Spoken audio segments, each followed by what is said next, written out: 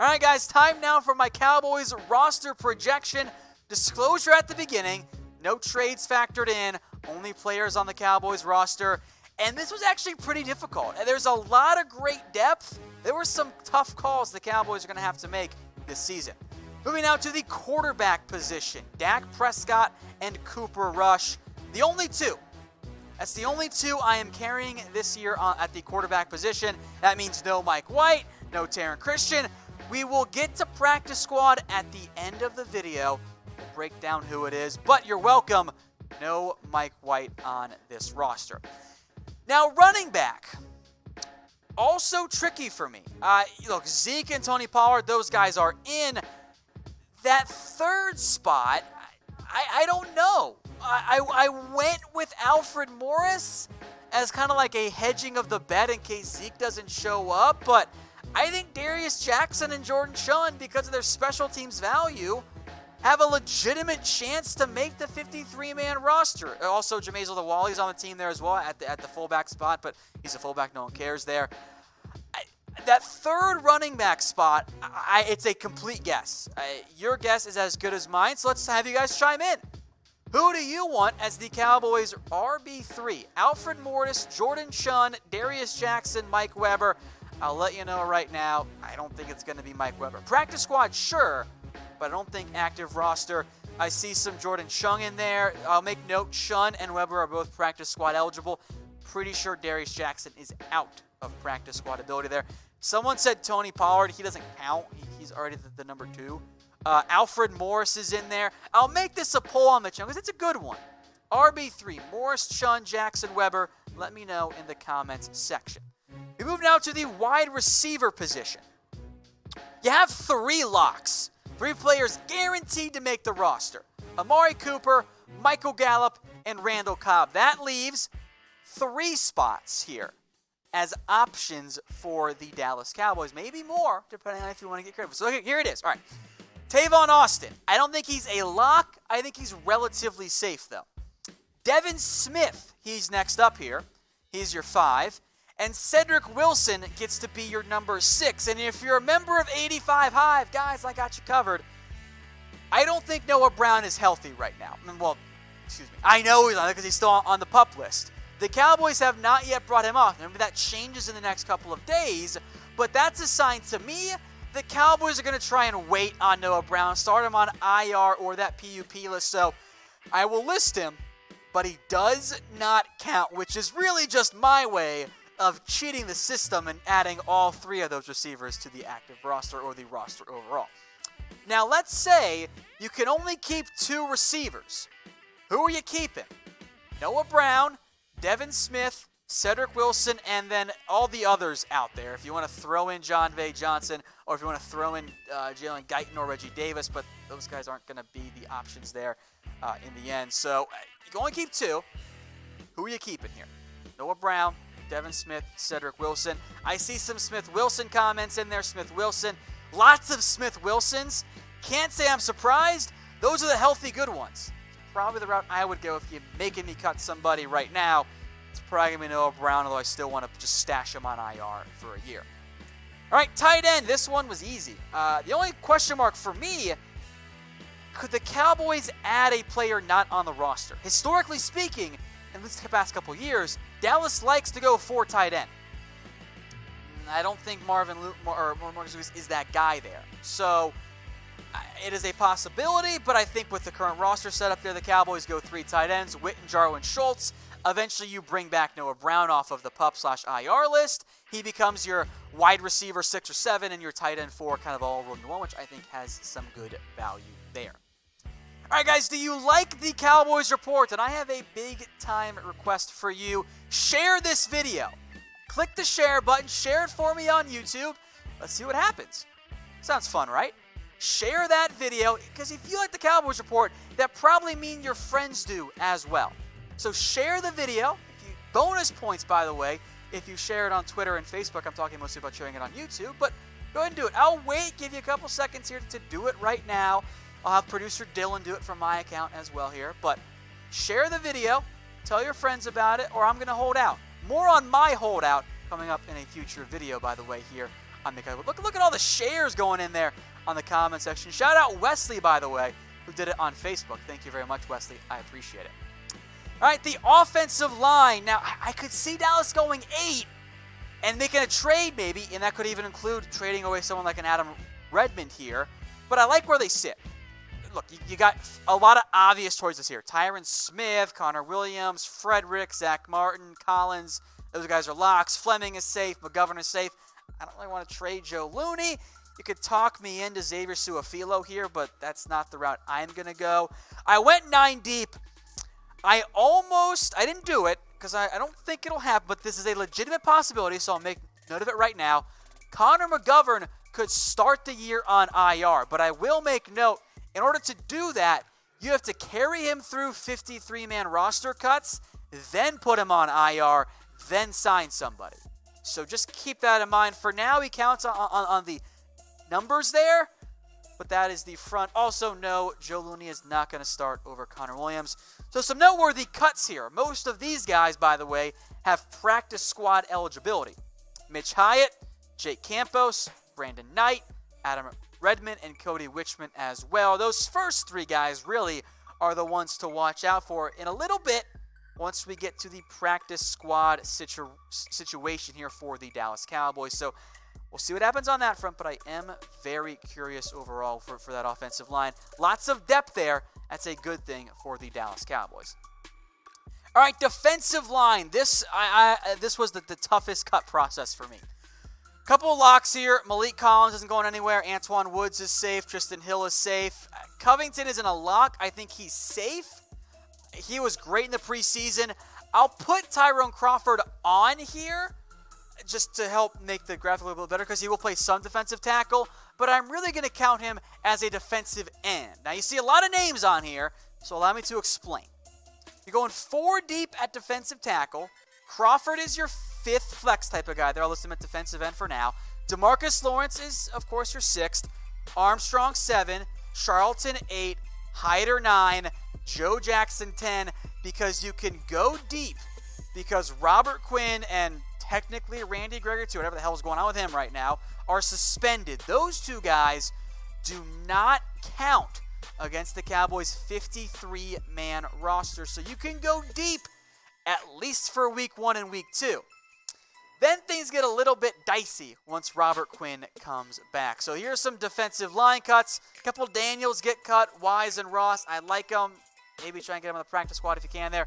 Ricky Walker, Jalen Jokes, Shakir Soto.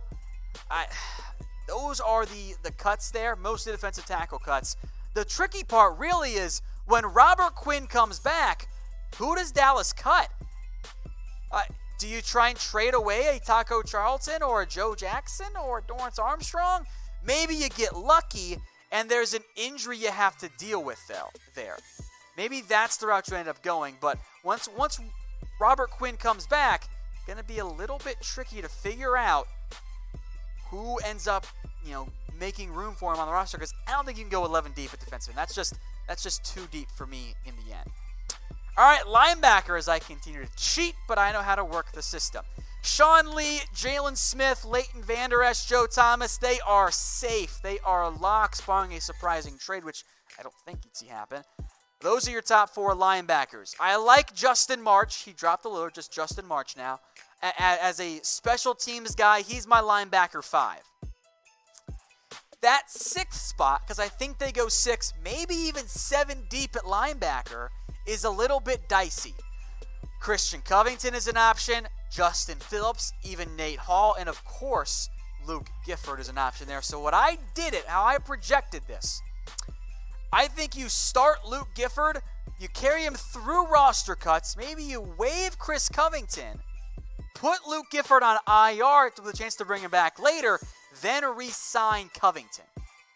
So Gifford is going to miss some time at the beginning of the year. He might be on the roster anyway, but given Sean Lee's injury history, I kind of want to go with 6 healthy, at least for now healthy, linebackers.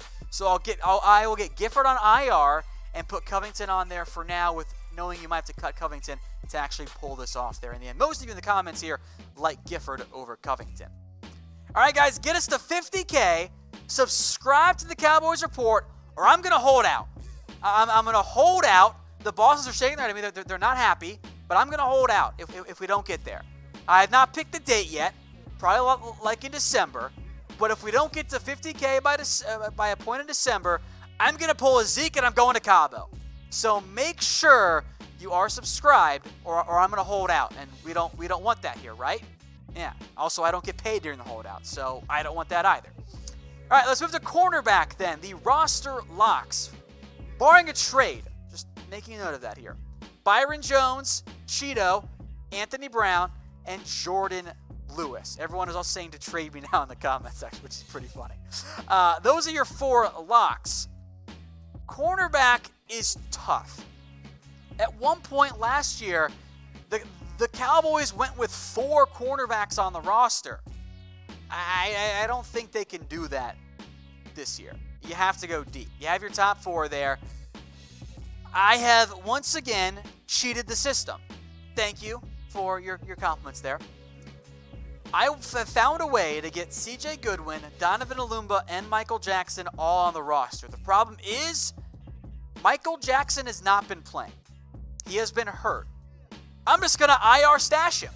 Let's throw him up on IR with whatever little injury's been bothering him here, and then you get him again next year. You keep Goodwin for special teams, Olumba for special teams, and you get Olumba as a potential piece for you long term, because I'm telling you, he's a good player as well. Now, let's say Michael Jackson gets healthy and plays week 4 of the preseason. You can really only keep 2. So who are you keeping? Who do you cut? Who do you cut here? Type O for Olumba, G for Goodwin, and J for Jackson. Madden says keep Jackson because of his name. Okay, I get that there. Give me an O for Olumba. I'll give you some time here. G for Goodwin or J for Jackson. If I have to cut one, I'm probably going to try and cut Goodwin because I want Jackson Olumba long-term there as potential pieces for you at the cornerback spot. But Goodwin brings you a lot of special teams value. I actually don't think Dallas goes that route right now. Frankly, the guy I think who is in the least secure roster spot is actually probably Michael Jackson because he hasn't played lately. That's a big deal. I know he was a 5th-round pick, but Jackson has been a little bit of a disappointment here so far for the Dallas Cowboys. Let's move then to safety. Oh no, there's Jeff Heath, and some of you are upset right now. Apologies to George Iloka. Apologies to Darian Thompson and others. These are the 4 I went with. Xavier Woods, that is a no-brainer. Jeff Heath, some of you guys don't like him. He's safe. Kevon Frazier, I think because of his special teams abilities, again, that's a key thing. I think in the end, Kevon Frazier is also safe. And I think in reality, look, you got to keep Donovan Wilson on this team. He has been so much better than even the Cowboys thought he was going to be. There's no way, if you're the Dallas Cowboys, you can even consider cutting Donovan Wilson. I don't know how much he plays this year because the coaching staff loves Jeff Heath, but Wilson, he has earned a roster spot. More so, frankly, than I think any other rookie except for Tony Pollard. That's how good Donovan Wilson has been for the Dallas Cowboys. Wow, excuse me. Your safety cuts here. We will cut that in the post-prod, of course. I'm kidding. We're going to leave it in because it's funny. George Iloka, Darian Thompson, and Jameel Showers.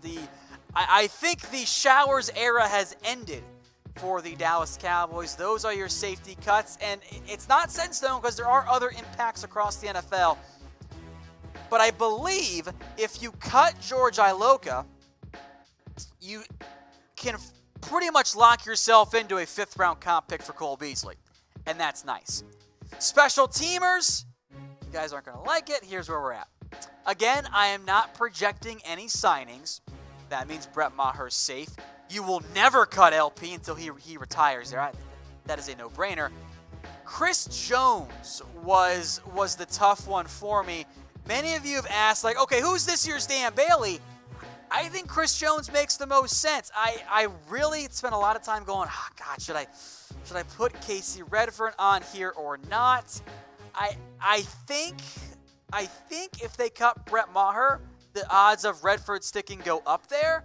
But for now, I will go with Chris Jones. But I do think it's a possibility here that Casey Redford ends up being your surprise punter there, and Chris Jones ends up getting the Dan Bailey treatment this year. Now back to Brett Maher here. How confident are you? Rate this for me on a scale of 1 to 10. Let me know in the comment section. 1 to 10 here. 1, of course, being you have no confidence. 10 being you have the most confidence. Larry, that's the mark of the devil. I'm not reading that one out loud. You got 6s and 5s and 7s. I think, isn't 7 the correct answer? Because even at his worst, Maher is a 70% kicker. Isn't that how the math works there? I'm not good at math. Can someone confirm for me? Wow, no one's paying attention in the studio. Embarrassing for all of them there. Mitch confirmed it, and Mitch is really bad at math. So somebody confirm Mitch's math for me there. I see all kinds of numbers in there, but I think that's about right there. Larry, that's the mark of the devil. Stop it. That's not okay. All right, let's move now. Someone asked if we should put Larry in timeout. It's fine. It's fine. The projected Cowboys practice squad, full disclosure, it's even more of a guess.